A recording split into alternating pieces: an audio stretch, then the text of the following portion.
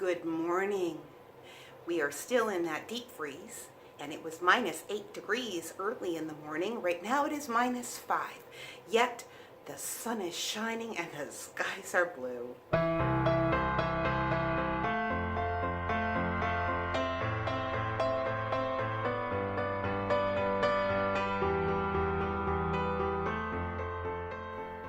It truly is a glorious morning. So anyways, I am going to start my husband's dinner, and I hope that you want to stick around for a little bit of my day, and I'll talk to all of you in just a little while. Well, hello again, everyone. I decided that I would take you outside because it has warmed up to an entire 11 degrees. Quite warm, actually. But anyways, I thought I would just come outside and look at the beauty of the sunshine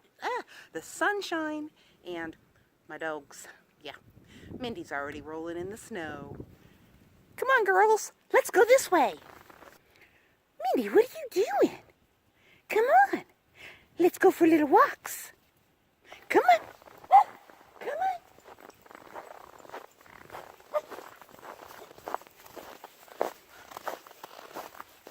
Go on, keep going.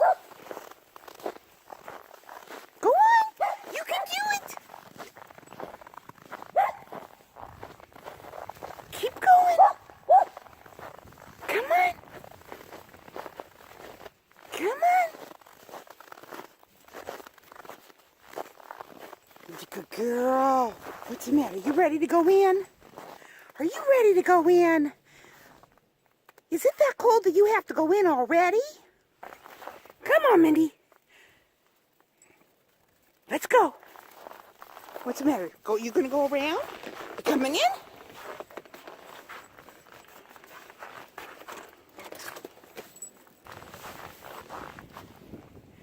Mindy still will not use those front steps. Ever since she slipped and fell, she will go all the way around. She will go to the back steps.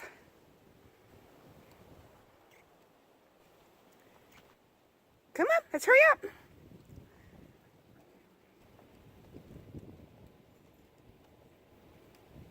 Well, as you can tell, we are back in the house. And as the sun shows through the door and you saw outside with the dogs, it truly is a beautiful day. It's a cold day, but it's a lovely day. And I have noticed that as my dogs have gotten older, because Missy is 11 now, that the cold affects her paws. It doesn't really affect Mindy. Mindy likes to lay in the snow. But Missy, the black and white little dog, yeah, it's really starting to get to her paws, and she won't wear little boots. So we just kind of go out there and keep an eye on her. And there was one time, I believe it was last night, that when my husband took the dogs out with him before he went to work, Missy almost just laid down in the snow. I mean, she was just a shaken, and she looked scared, and she kept putting her little paws up, and it was just kind of sad. But anyways, yeah, he just picked her up and brought her in the house, and she was fine. She was a happy girl. She was running all over the place. But right now, what I'm doing, at least I'm attempting to do, is to plan out my garden for spring. Because there's some changes I want to do, and there's some expanding that I want to do. And honestly, the more I try to figure it out, the more confused I get. So yeah, I'm not really sure what I'm going to do. Today's just been one of those days. It's just been so cold to really go anywhere or do anything, and we weren't even outside probably more than 5 or 6 minutes, because even at the temps, above zero now, it's still very cold. Single digits are it's very cold.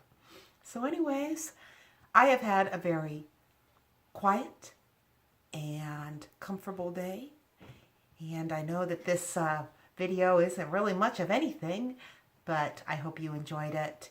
And I sure do enjoy talking to all you folks in the comments below. And I hope that you will continue to leave comments, because I really do enjoy them. And I answer every one. Sometimes one or two will get away from me, and it will be like, 14 hours later and I look at it, what do you mean they commented 14 hours ago? I swore I looked, but sometimes I miss them.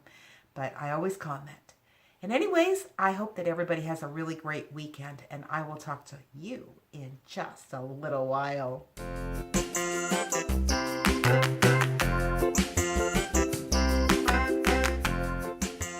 For today's devotion, we will be reading in Micah chapter 7, verse 7. Therefore, I will look to the Lord.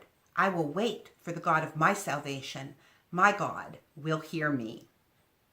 Notice in today's scripture how the use of the name of God points us to himself as the one from who is our expectation. I will look to the Lord. I will wait for God. My God will hear me. Everything that is salvation, everything that is good and holy, must be the direct mighty work of God himself within us. And there is a little book called Expectation Corner that was written by a lady named Emily Steele Elliott in 1828. It's a great little story that helps to bring a deeper understanding of what it means to look, to wait, and to pray. This story is about a man named Adam who lives in a little cottage on redeemed land. The reason why it's called redeemed land was because long ago there was a rebellion among the people which devastated the land and placed all of its citizens under bondage. But the landowner sent his son to live among the cottage people. The son rescued and bought back the people and leased their land back to them and even gave them special rights and privileges of love and favor while they lived on the land. If they had a request or a need, all they had to do was refer to their book of the covenant and write up their need on a slip of paper and send it to the owner of the land. Each day, the landowner would send out his messengers to his various storehouses, where each request was filled with a request or with something even better, and then delivered on wagons to the homes. Yet Adam lived poor in the land. His windows were dulled over, and his house was in darkness. He would often complain about his lack of fresh water, even though his neighbors would often remind him that he only needed to check the pipes to make sure that they were connecting to the right place and that they were not blocked. But Adam never got around to checking them, and he never wiped the dust and the grime from his windows to allow the sunlight to brighten his little cottage. Adam never took advantage of the rights and the privileges that his citizenship in redeemed land afforded him. Adam was old and he was weak, and he didn't consider himself to be the scholarly type like his neighbors, and his sight wasn't so good, so he didn't look things up in the covenant book.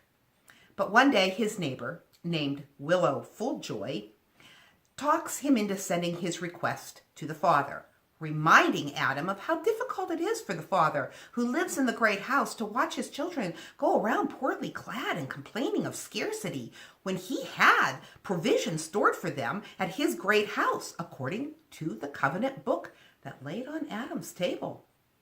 So Adam writes a petition and sends it off to the great house, and Widow Fulljoy reminds Adam that in accordance with the covenant book, he must wait by continuing in prayer and watch for the delivery to be made.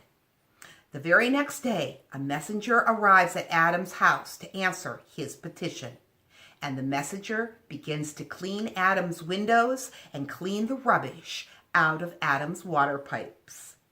Then the messenger takes Adam to see for himself so that he might understand the goodness of the Lord and his great provision for his tenants.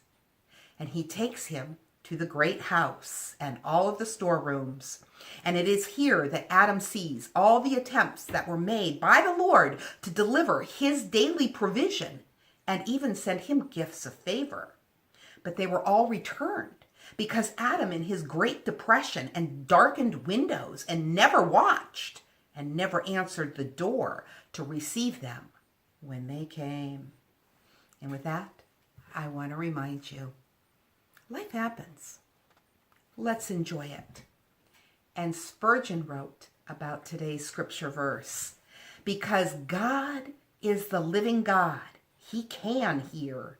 Because he is a loving God, he will hear. Because he is our covenant God, he has bound himself to hear us.